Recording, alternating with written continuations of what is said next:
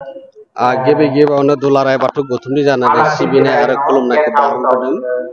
दा दिनैनि बे दुलाराय बाथौ गौथुमनि लाइमोन आरो माइनावनि स्निथि आरो दाइनथि दा बे सावराय मेलखौ बानजायनाय भेरगाव जिल्ला दुलाराय बाथौ गौथुमनि सिङाव थानाय खाग्राबारि बियाब बाथौ गौथुमनि सिङाव बे दिनै खुंफुंजादों आरो दिनै मोनाबिलि समाव सुबुं माहारिनि गेजेराव गोजोन आरो खौसेथिनि थाखाय आलारि बाथि सावजेननाय हाबाफारियाव आं बाहागो लाफैनो मोनदों आरो बेवहाय गमामायैनो दिनै मोनसे मुलुगनि गेजेराव थानाय सुबुं माहारिनि गेजेराव जा गोजोन आरो खौसेथिया धोरोमनि गेजेरजों जे बेयो गोजोना फैयो खौसेथिया फैयो दिनै रोखा।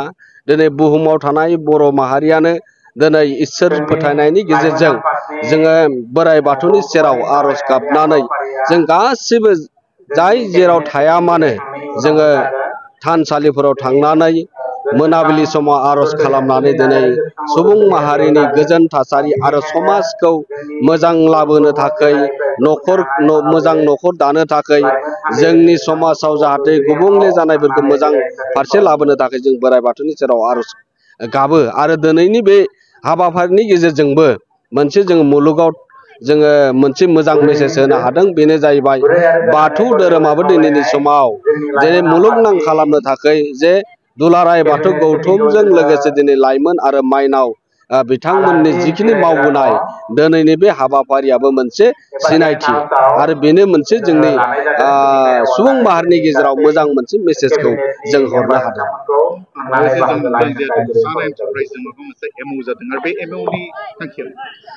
सान एन्टारप्राइज आरो दुलाराय बाथौ गौथुमनि गेजेराव जे जोंनि बर' माहारिनि गेजेराव बेसेबां सुबुं जनसंख्या दंबारो जोङो खुगायाव सोरबा 25 लाख होनना बुंदों, सोरबाया 18 लाख होनदों, सोरबाया 35 लाख होननाबो बुंदों आरो बेखौ दिनै दुलाराय बाथौ गौथुमा सान एन्टारप्राइजजों जोङो दुलाराय बाथौ गौथुमा गमामायैनो जोंनि बाथौ सिबियारिल' नङा दिनै आसामाव थानाय बेसेबां दिनै बर' माहारिफोरा बेसेबां पपुलेसन दंबारो बिनि रोखा खालामनो थाखाय दिनै दुलाराय बाथौ गौथुमा सान एन्टारप्राइजजों MOUखौ जोङो दिनै रादाय खालामदों आरो बियो दिनै साननैसोनि गेजेरावनो बियो रायजोनि गेजेराव मावफुंजागोन।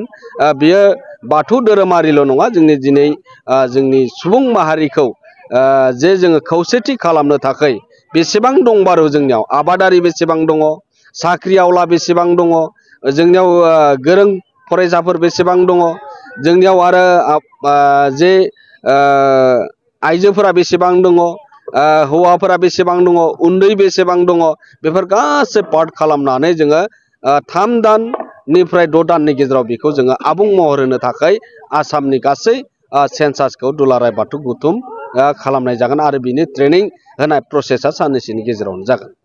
दिनै नुबाय जोङो माने एसे आलादा मेटार खिन्थु अब्लाबो जिथु हारिनो ST होनो थांगासिनो दं आरो बेहाय बर'नि गुबै धोरोमानो जा बा हारि हिसाबै जिहेतु बर' बेहाय थायो ST हिसाबै थायो दा बे बेलायाव माबाफोर गोहोम खोख्लैगोन होनना सानो? जोङो धोरोमारि आफाद हिसाबै जों माखासे बे जाबाय मोनसे आयेननि आवथायाव दङ। बे आयेननि आवथायाव जे आयेना मा बुङो आरो बे आयेना मा बुङोबा जोङो जोंनि बेखौ गोथौयै हयथ' जोङो 6 जनगोष्ठीनि सायाव जोङो हाबसोमनानै खामानि मावाखै। जे जोङो जाहैबाय मा जोंनि बाथौ धोरोमारि हिसाबै बर' माहारि हिसाबै जोङो बेखौ खौसेथि थानांगौ आरो खौसेथि दावगालांनांगौ। जोंनि धोरोमा मुलुगनि गेजेराव थानाय जायखिजाया जायगायावनो थानाय बर'फोरा खौसे जानांगौ आरो बेनिखायनो बे पार्टआ मोनसे संबिधानिक पार्ट आरो संबिधानिकआ दिनै सोरखौ ST होगोन सोरखौ होनाङा बे संबिधान मोनथायासो बुंगोन आरो बेखौ दिनै नों आंहा खेबसेनो बुंनानै बिनि बाथ्राखौ फोजोबनो हाया आरो जोंहा बेहाय गोबां राइट्सबो गैया बुंनांगौनि आरो जोङो दुलाराय बाथौ गौथुम हिसाबै जोङो बिनि थाखाय जोङो बारा गोलाव बाथ्रा बुंनो हायाखै। संबिधाना जा थिनदों आरो बेबायदि जागोन।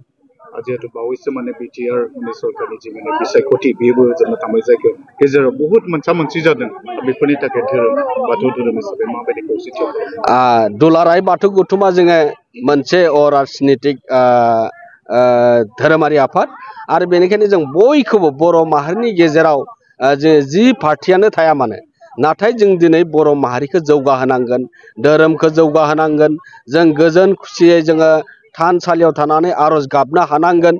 जोङो बे इलेक्सन बा बिसायख'थिनि समाव जाय जि गावबा गाव अधिकार बियो, गावबा गाव मोनथाय बे थांखागोन। बे दिनै धोरोमारि आफादाबो बुंनो हाया, सोरबा मोनसे अर्गानाइजेसनाबो बुंनो हाया। बे गावनि मोनथाय बे बिसायख'थिया भट होनांगौआ।